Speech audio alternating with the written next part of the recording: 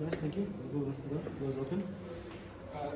Leo, can I maybe start? First of all, amazing win there, come back like that, especially the way you guys controlled the game from going 13 down there. That's, for a young team like that, really must have impressed you.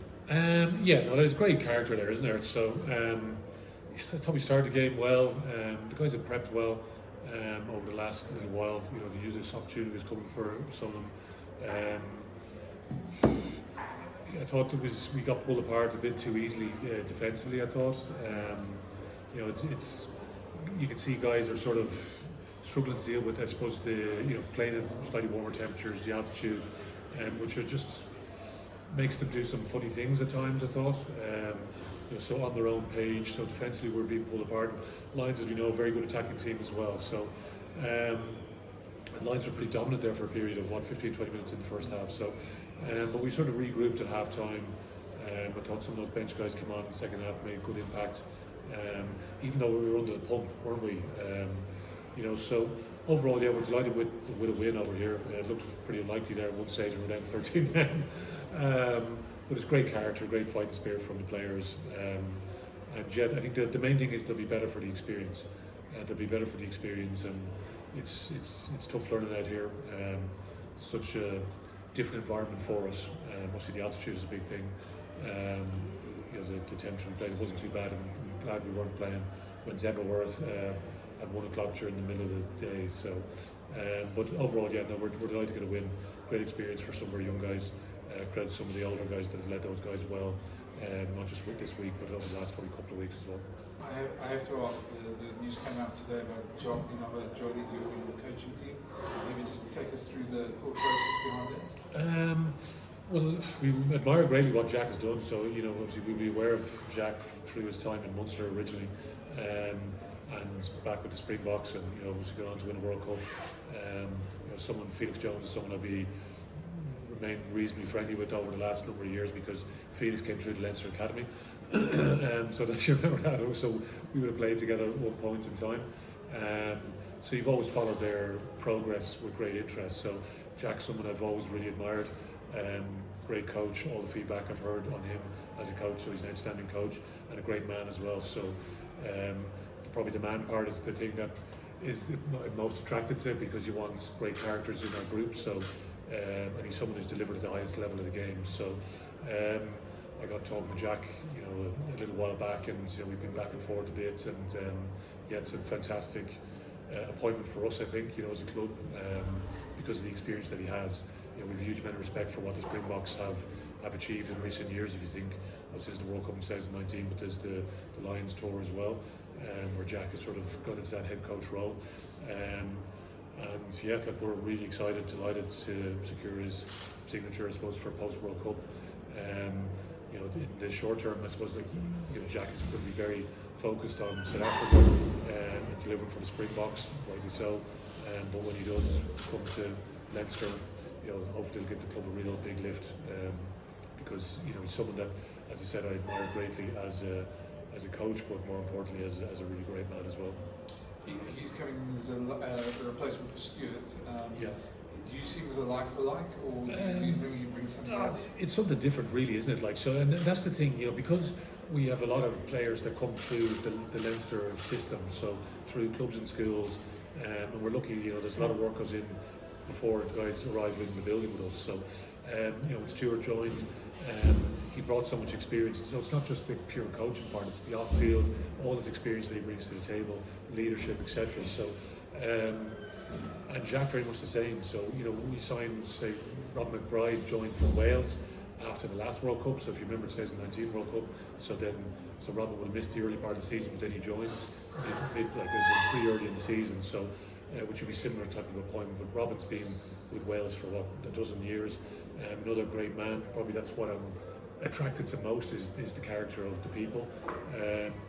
And so we've Andrew Goodman as well, so another coach who's come in from Crusaders. Andrew Goodman played with Leinster, so I would have had that relationship we would have played together. Sat on the sidelines, we've been injured together as well, so that's when we actually got to know each other really, really well. So as a coaching group, those three, I'd call them three senior coaches really, so Robin, Andrew and Jock as well. So we're lucky again with Sean O'Brien, who's a young coach with us, so just recently retired. He's actually still playing club rugby, but recently retired from a professional game. Pretty iconic player for Leinster, so he's something that we want to keep investing in as well. So I think the likes of a Jacques will play a big role in terms of trying to bring the likes of a Sean on. And we've Emmett Farrell that is an analyst, or head analyst, but he does a lot of coaching work as well. So because there's so many moving parts of our season, and because I think the players want to be challenged all the time, because we want our best guys to be able to stay in the club for their careers, which builds that sort of strong cohesion, legacy. But when you get the opportunity to bring in a new coach, which we have now, because obviously with Stuart going to Racing, and that's been, decision was made early in the season, so we've had a bit of time to try and plan to see what it is that we're actually really after, and then it's trying to target certain people that are potentially coming off contract. The timing it's not perfect because we'll work our way through pre-season, but it's worth the wait definitely with someone of Jack's calibre. Taking a question. So, what is it about the Leinster culture that came through in today's game? As you rightly said, the Lions took every guy on the pump, but it looked like there was a difference between a well-coached side and a side that's simply lacked composure at the end. Well, Lions looked pretty well coached in the first half, and we were getting pulled apart quite easily. And they scored about 4 tries in the first half. So, and Lions, particularly when they've been playing here, have been in really good form. So the pleasing bit is just the way guys stuck firm, dug in together. Lots of things weren't going our way, but we managed to find a way. And the game of rugby is a bit like that sometimes, isn't it? So you've got to be able to win many different ways. So being able to win pretty ugly at times, but being able to be clinical enough as well. So credit to the players. I have to really applaud them. But they've worked hard in the lead into this. I think definitely the conditions were a bit of a shock to the system for them. So for us now this week, we got to put in a decent week's training, because Bulls and Pretoria, as you guys will be able to tell, they're probably a lot better than I will. It's a serious challenge for us. But that's what we want. We're going up against the Bulls. I was talking to Jake as they were coming off the field earlier on after their big 70-point win against Everett. So you can see that they're very focused at the moment, the Bulls, to make top 8 and Champions Cup, because that's the thing for us to always understand, the motivation of the opposition. So Bulls will be full steam, I would imagine, for next week.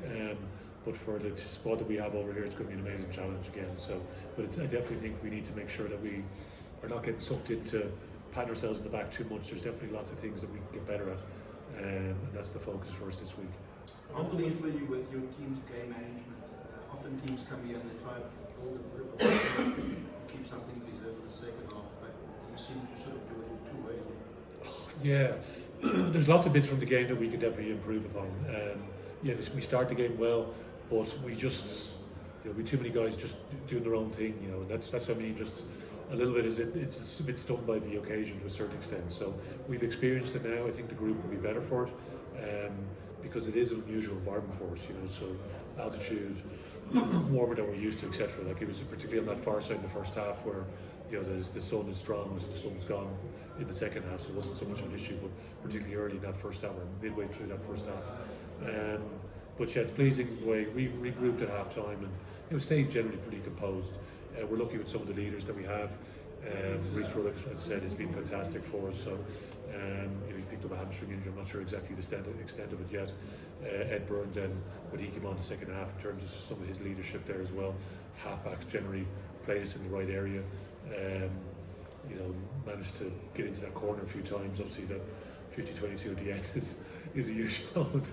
We were actually questioning why we didn't counter-attack, because I thought we had numbers to go, but then we get the 5-minute line out. So based on the outcome, it was a very positive decision.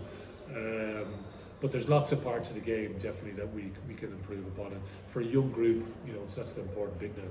Not get too carried away and look to improve this week, because it's a massive week for us again. What does the win like this do for the confidence of the team? Yes, they haven't dropped in the game in the URC, but what you call a second string team has won on the high felt on the first attempt, and you've got what is a string of playoffs at home to follow after the completion of the URC.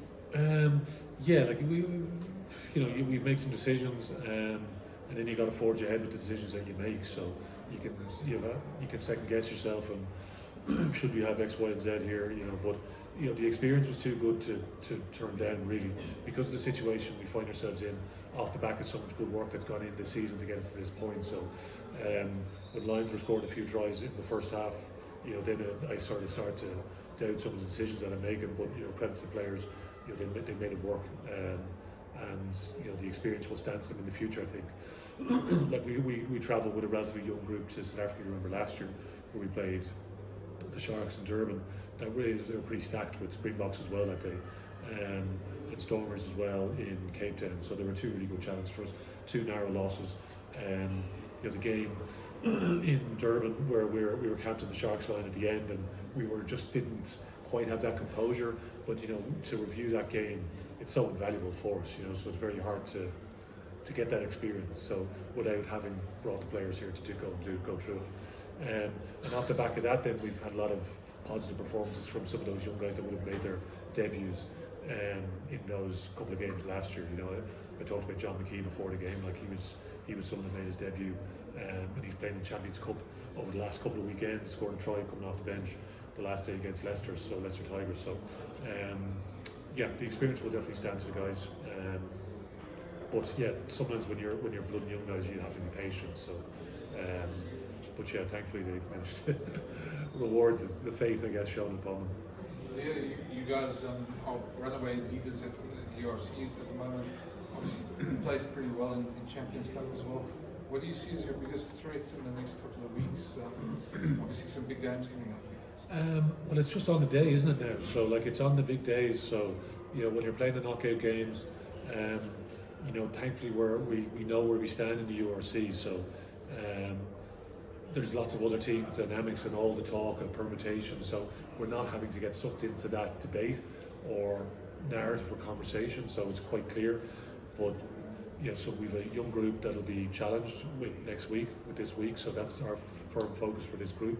You know, we'll have a group that's, you know, getting ready. Some of them will get ready. Some of these guys will come back to join that group then for the semi-final of the Champions Cup, which is a massive challenge because Toulouse are with the most successful club in the European Cup's history, Champions Cup as it is now history. So that's what we're up against. So the best club in the history of the competition. So that's what we've got to get our heads around, and it's a one-off game. We played them in the semi-final last year. They have so much quality in their group, so they'll be coming to fully motivated, fully fired up, ready for the challenge, which is great. You know, we saw a little bit of it in the Ireland-France game, the quality of that game, where a lot of those same players will be going at each other. So there's that game. Then there's the URC quarterfinal the week after. So it's sort of as the dust settles on a game that we're fully focused on. What does it look like for us? Then you just get ready for the next one. And if you keep winning, you keep advancing. If you lose, then you have to deal with that pain and disappointment. You know, and if you think back to this time last year, or a little bit later, we lost the Champions Cup final away in Marseille against La Rochelle, and that really stings us all. There's not many days go by where we don't think about that game. But you know, everything we have to just, you know, focus on delivering big performances and what works for us as a group and how we go about trying to deliver big performance. So that goes back to preparing well on the training ground, making sure we understand what it is that we're trying to do to deliver on the big days. So that's what it's all about, delivering on the big days now. So hugely exciting. So yeah, trip up the road to Pretoria next week, and then we'll be back in the Aviva Stadium, Dublin, the following week for a semi-final Champions Cup. So we're not really looking too much further ahead of that. Cheers, guys. Thanks, William. Thank you.